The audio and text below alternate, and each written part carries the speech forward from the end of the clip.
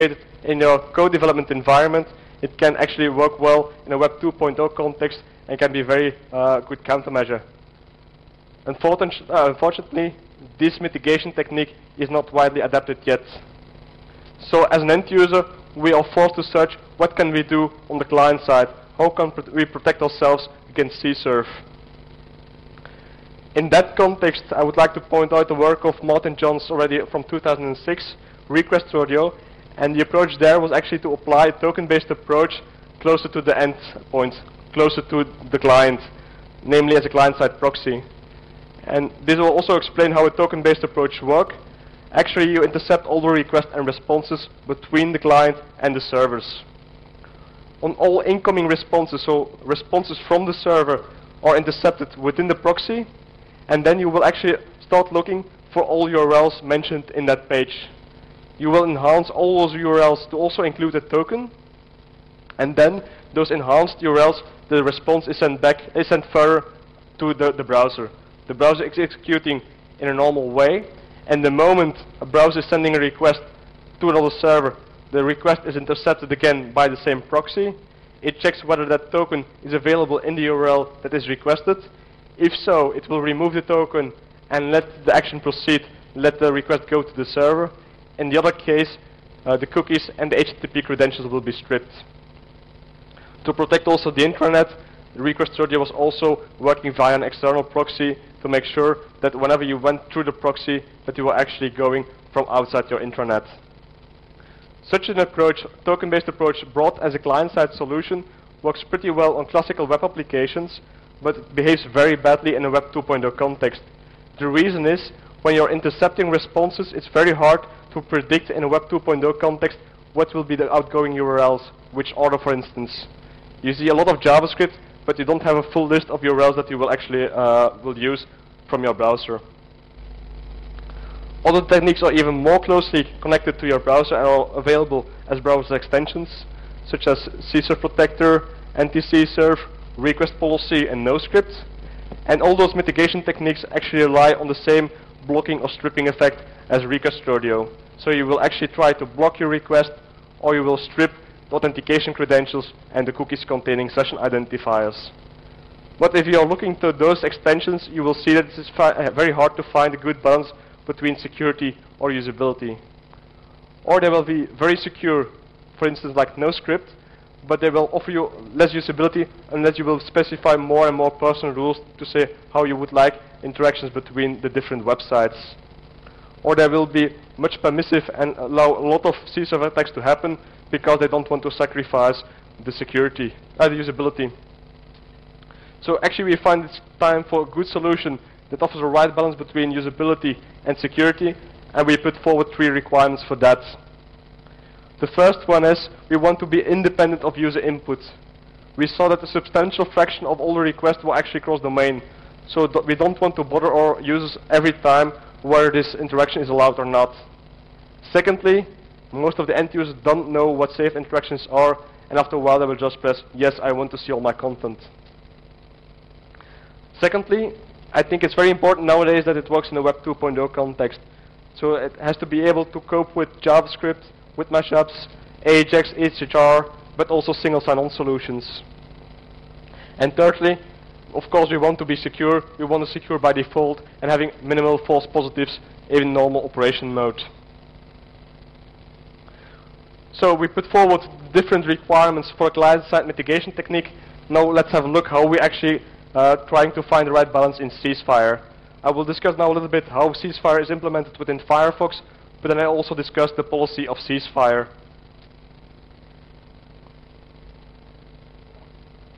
So CsFire is actually a client-side mitigation technique developed at our research lab, and it builds also on the concept of Request Rodeo of stripping requests whenever they are cross-domain and malicious. So the main purpose here is to find a good balance or a better balance between security and usability. And more details about this approach can be found in the paper mentioned here and also available on the Brucon website. If you're looking to a browser, we see the browser at the left side, the server on the right side. We actually see that the browser consists of the browser core, has some browser context, And there's also a communication channel, namely the HTTP channel between the browser core and the web server. Within CsFire, the first step we will do is actually collecting all the necessary information. One part of the necessary information will come from the browsing context. Another part of the information to decide on will come from the HTTP channel itself, raw data on the HTTP request. Included in that information is the origin and the destination, the method, whether this is user initiated, whether there are cookies present, whether is HTTP authentication present. With all that information, we are ready to make a decision, and we will actually provide all that information to the policy decision point. The policy decision point has different actions. So it could accept the policy, and that is the case in all the traffic that is not cross-domain. It could block the request, but as we will see in our policies, we don't use block in our default policies. You can strip cookies or authentication headers, and we also have an option to ask the end user, but that is mainly used for debugging. So once we have made our decision, we will enforce it, and it's actually enforced on the HTTP channel itself before the request is going out on the network. But what is now our policy that we used within CsFire? So we differentiate between get and post request. We differentiate between requests with parameters and without parameters, and also differentiate whether a request is user initiated or not. For the first type, if we have a get request without any parameters that is user initiated, we will accept the request and also allow HTTP credentials and cookies to be allowed with that request.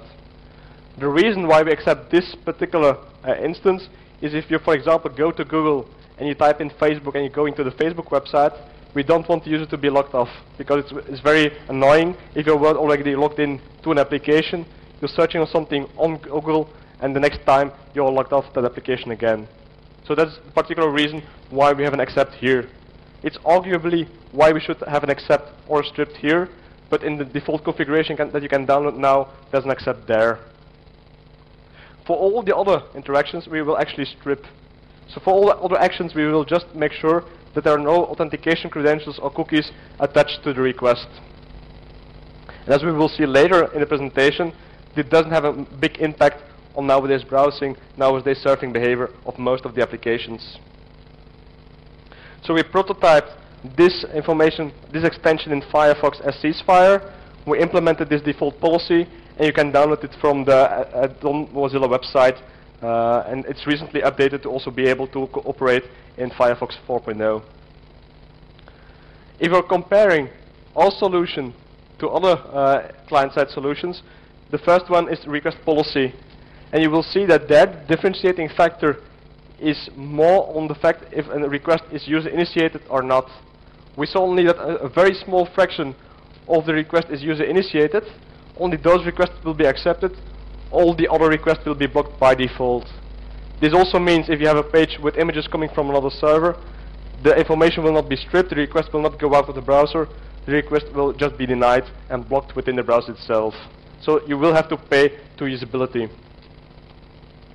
Similarly, if you're looking to the AntiCSRF extension, there the differentiator is actually being HTTP or HTTPS. For HTTPS, all requests that are cross-domain will be stripped. The same holds for post messages. But for HTTP requests, cookies will always be allowed, and HTTP authentication will always be stripped. In our opinion, when we are looking to cross-domain traffic, a lot of the traffic still happens on HTTP. A lot of applications using HTTP have stateful operations and transactions on the server side and are using cookies. Most of the websites are using cookies that are doing state updates. So in that sense, I think choosing only for HTTP authentication, not for cookies, is not wise. Okay, we have a small intro in CsFire. We saw the policy. Let's move on to the evaluation phase. What is our plugin well enough from the security point of view? How does it behave from a usability point of view? First, for the security, we actually looked to all the different attack vectors for CSRF in CSS, HTML, JavaScript, XHR, and so on, even in redirects. And we found 59 test scenarios how to actually apply a CSRF attack to a website. We actually test the prevention capabilities of our client and other clients to see whether they can cope with those scenarios. And we actually have a positive result that we are protecting against all those scenarios. The reason why we are protecting is because we are actually intercepting all the requests going out of our browser. So it doesn't depend on the specific attack vector if you're using CSS, HTML or JavaScript to trigger the request. Next, we wanted to evaluate how usable it was in nowadays browsing. So the first thing we did was actually a real-life test user public that we used, an audience. We had 60 test users and they used it for several weeks. And they found a few issues in the balance between security and usability. And based upon their feedback, we actually improved the way we're actually using security versus usability. For instance, the fact in Google, if you're typing Facebook and you're logged out, is one of the things that were detected in that phase. Next, we moved to the phase where we actually put our extension public on the Mozilla add-on website. Since January, about 14,000 downloads have happened, and nowadays we have, on a daily basis, around 4,000 people actually using that extension. We had quite some positive feedback, and we also had improvements for additional server policies, as I will discuss a little bit later. So we see that in the blue line is the number of downloads, the red line is the number of daily users for our tool. We certainly see the spikes. Often in the weekend we have less users, but we also see that we have a steady increase of test users, and you're around of 4,000 people. That's the statistics of yesterday. Of course, we saw that we actually had good results on the test scenarios, that we have quite some positive feedback from end users. It worked well in Web 2.0 applications like Gmail, Google Apps. It works well with Facebook and so on. It works with Shibboleth single sign-on. It works with OpenID, with LiveID. But what we actually detected in quite some user reports is that there were problems in using websites that span multiple domains. And what do I mean with that? For instance, you get google.be and google.com. You will see that both domains operated by the same company interact quite often with each other. And in the technology presented today, this means that if you're going from google.be to google.com and vice versa, that you will be locked out from your website. The same happens for other large companies like Microsoft and Yahoo. So we needed to figure out how we could solve that. So what can we do? Well, the problem is that if you're looking to the traffic between those websites, google.be, google.com, that the traffic resembles very well to an actual CSRF attack, because you're going from two particular domains and you're jumping from one domain to the other. And for a client, it's very hard to distinguish whether this traffic is benign or malicious. So in order to decide in a more fine-grained way, we need additional information. We need a way to specify which interaction between such domains are intended, and we can describe that as a server policy.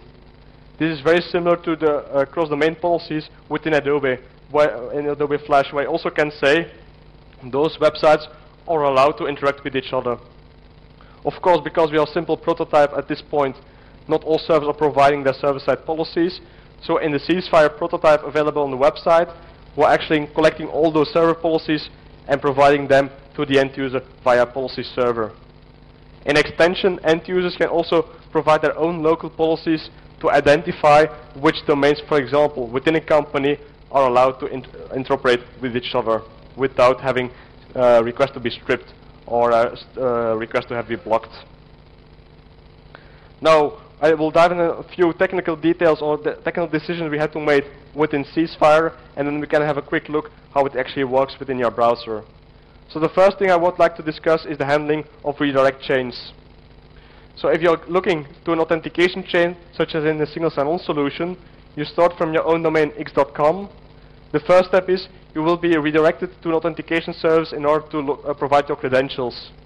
For instance, you're going to the LiveID website.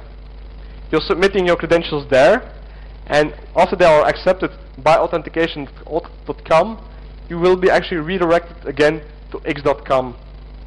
It will include a token in the URL saying you're granted access, and you will also have a parameter to say which session you have to restore or URL you will have to go to.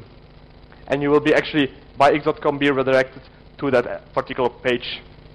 So how is this mapped in CsFire? In normal operation, you will actually start looking to the first component in a redirection chain. That is the information within FireFox, where also the same origin policy will be applied on. and you will actually look if the new request with that